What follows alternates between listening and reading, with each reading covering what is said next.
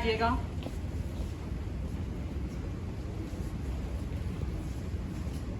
सिलसिला यहाँ से स्टार्ट होता है। ये आपके क्लियर हो चुके हैं? क्लियर। अब कहानी यहाँ से स्टार्ट होती है।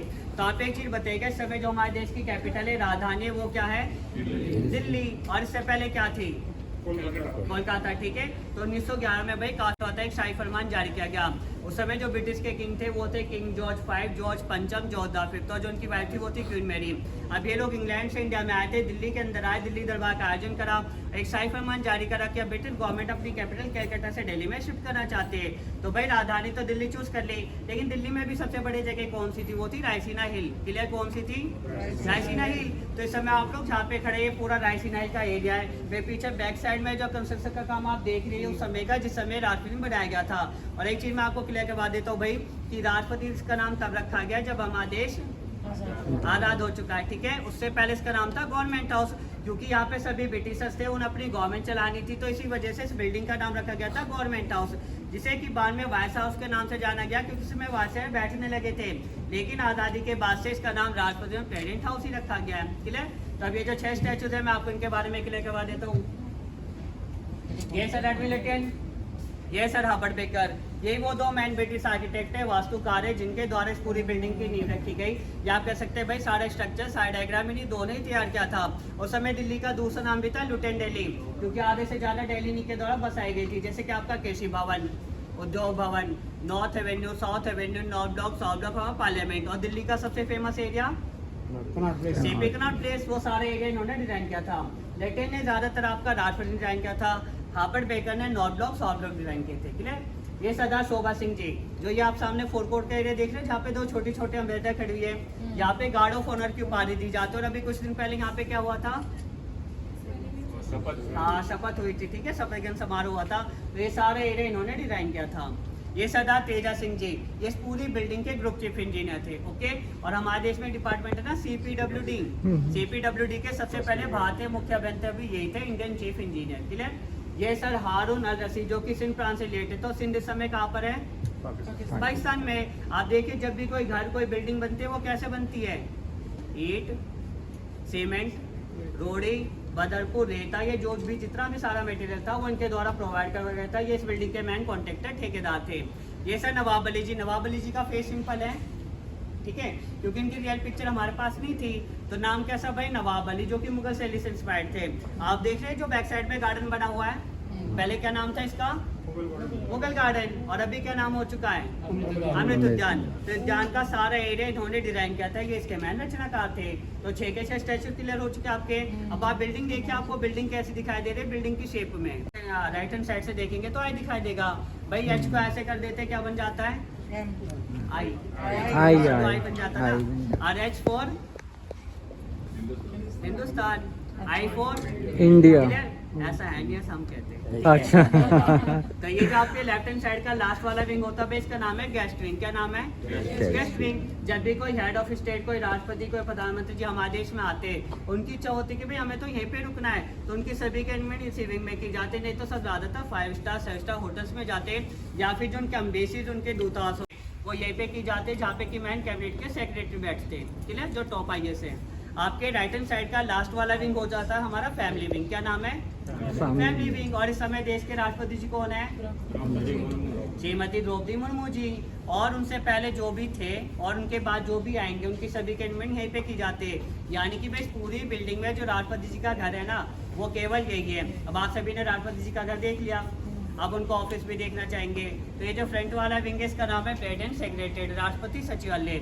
और ये राष्ट्रपति जी का ऑफिस है, कार्यालय, जहाँ पे उनका सारा ऑफिशियल क्लियर का वर्क होता है।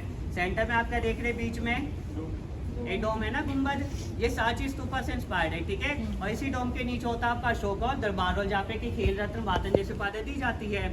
और डोम के ऊपर क्या है? फ्लैग। एक फ्लैग है ना, राष्ट्रीय झंडा, तिरंगा हमारे देश का। अगर भाई इस पे झंडा फहरा हुआ है तो समझो प्रेसिडेंट, हाँ, राष्ट्रपति जी समय दिल्ली में है। जब नहीं है तो फिर हाँ, और अगर झंडा नहीं है तो आउट ऑफ दिल्ली है। झंडे की ये खासियत होती है। और पूरे भारत के अंदर सबसे पहले झंडा यही का फहराया जाता है। उसके बाद फिर हमारे सब स्टेट के ऑफिसर और जो हमारे मंत्रालय वहाँ पे, ये भारत का प्रोटोकॉल है। ठीक है। टोटल एरिया यहाँ का है 330 एकड़। कितना है? 330 एकड़ में ये फैला हुआ, जो कि है अर्धचंद्राकार डी शेप में। क्लियर। और टोटल जो रूम्स है इस मैन बिल्डिंग में वो 340 कितने हैं 340 340 है। लेकिन ये सब ब्रिटिश टाइम के, अब ये ज़्यादा हो चुके हैं भाई, पहले रूम बड़े थे, पार्टीशन हो चुका है, लेकिन जो एग्जैक्ट फिगर है वो 340 ही कहा जाता है। ठीक है, 330 एकड़ में फैला हुआ है, 340 मैन बिल्डिंग के अंदर रूम्स है तो दी जाती है। और इसके अंदर भी भाई सेम कंडीशन आती है, कम से कम 2 ज़्यादा से ज़्यादा 6 घोड़े लगाए जाते हैं। और जिसका वेट है वजन वो इस हिसाब से बनाया जाता है, जो ट्रेन घोड़े होते हैं वो भी से सेंड कर ले और जो अनट्रेन घोड़े होते हैं वो भी से सेंड कर ले, जिसमें कि एक साइड होता है ट्रेन और एक साइड होता है अनट्रेन। जो अनट्रेन घोड़े होते हैं वो ट्रेन घोड़ों को देख के अपने आगे की सारी मूवमेंट्स करते हैं। कभी भी कोई अनट्रेन घोड़े सीधे करेंगे तो उससे पहले घोड़ों को सारी ट्रेनिंग इसी कोच के द्वारा ही दी जाती है। और ट्रक या गाड़ी तो होती नहीं थी, तो समय जो भी जितना भी सारा सामान होता था वो इसी कोच के थ्रू आता था। इसके अंदर भी सेम कंडीशन आते हैं भाई, कम से कम 2 ज़्यादा से ज़्यादा 6 घोड़े लगाए जाते हैं। और इन सभी कोचेस के कलेक्शन को 100 एसेट का सोच का, जो कि आज से पहले रास्ते में यूज़ किए जाते थे। ये सभी बग्गियाँ 100 साल से ज़्यादा पुरानी है। ठीक है, के सामने मार्च टू फ्रीडम, आप देखेंगे कैसे कैसे गांधी जी लोगों को आज़ादी की तरफ लेकर के गए थे और देश को आज़ाद करवाने में अहम भूमिका निभाई थी। ये इंस्पायर्ड 11 मूर्ति से, लेकिन इसके अंदर 11 नहीं, केवल 9 ही मूर्तियाँ हैं। 11 मूर्तियाँ ना दिल्ली में दौलत वाले रोड पे और पहले 500 के नोट के पीछे भी थी पुराने वाले पे, वहाँ पे 11, यहाँ पे केवल 9 ही मूर्तियाँ दिखाई गई है। क्लियर, और यही से हमारी सारी नेशनल मूवमेंट स्टार्ट होगी। यानी कि भाई जब देश आज़ादी की तरफ बढ़ रहा था तो देश में जो भी घटनाएं घटी थी वो आपको यहाँ पे दिखाई गई है। 1905 से लेकर के 1947 तक की मैनुअल की हम यहाँ पे देख सकते हैं, तो देश में जो भी घटनाएं घटी थी वो आपको यहाँ पे दिखाई गई है।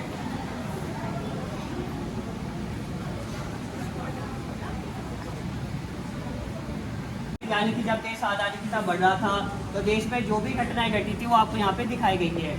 1905 की घटना, पार्टीशन ऑफ बंगाल विभाजन आप यहाँ पे देखेंगे। ये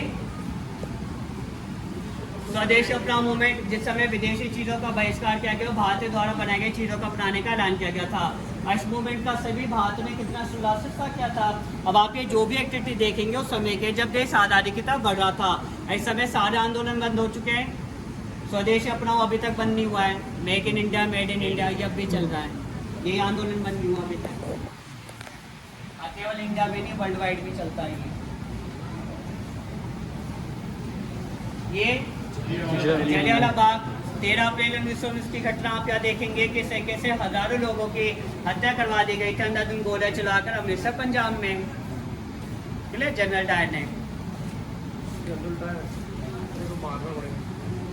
काफी अत्याचार हुआ तो सभी भारतीयों ने सड़कों पर करके उनके खिलाफ जो चलाए, जैसे कि असहयोग आंदोलन, नॉन कॉपरेशन मूवमेंट आपको यहाँ पे दिखाई गई है।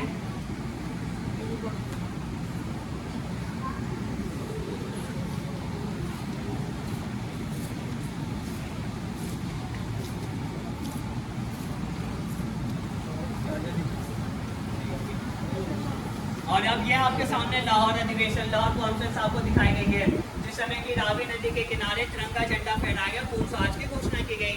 पंडित जवाहरलाल नेहरू जी, सुभाष चंद्र बोस जी, आप देखिए झंडे के बीच में क्या है, चरखा, और चरखे के बाद अब इसमें अशोक चक्र, पहले हाथ भी था एक बार।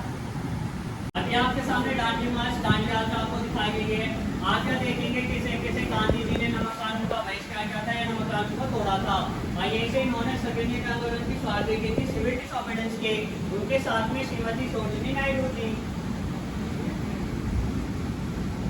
मिशन 1942 की घटना 1942 के, जिस समय कृषि मिशन भारत में आया था तो उस समय जो घटना घटी थी वो आपको यहाँ पे दिखाई गई है।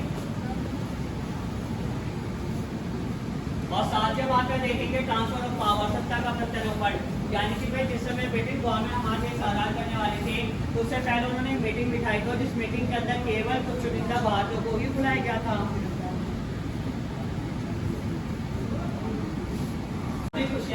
मध्य रात्रि की स्वतंत्रता, मिडनाइट फ्रीडम, यानी कि भाई जिस समय ब्रिटिश गवर्नमेंट ने ऐलान करा कि भाई 15 अगस्त के दिन हम आपका देश आज़ाद करके जा रहे, तो उस समय जितने भी या समुदाय से थे सभी लोग खुलते क्योंकि आज जितने हमारी सुबह खुलेगी, एक आज़ाद भारत के अंदर खुलेगी, फिर हमारे देश को आज़ाद हुआ, खुश आए तो साल में दुख भी आया था। किस चीज़ का था, पार्टीशन का, बंटवारे का, विभाजन का। तो आपको यहाँ को समय का दुख दिखाया गया जिस समय भारत और पाकिस्तान का बंटवारा किया गया, कैसे लाखों लोग भारत छोड़ के पाकिस्तान गए थे और पाकिस्तान वाले पाकिस्तान छोड़ के भारत में आए थे। ये सारी नेशनल मूवमेंट आती है।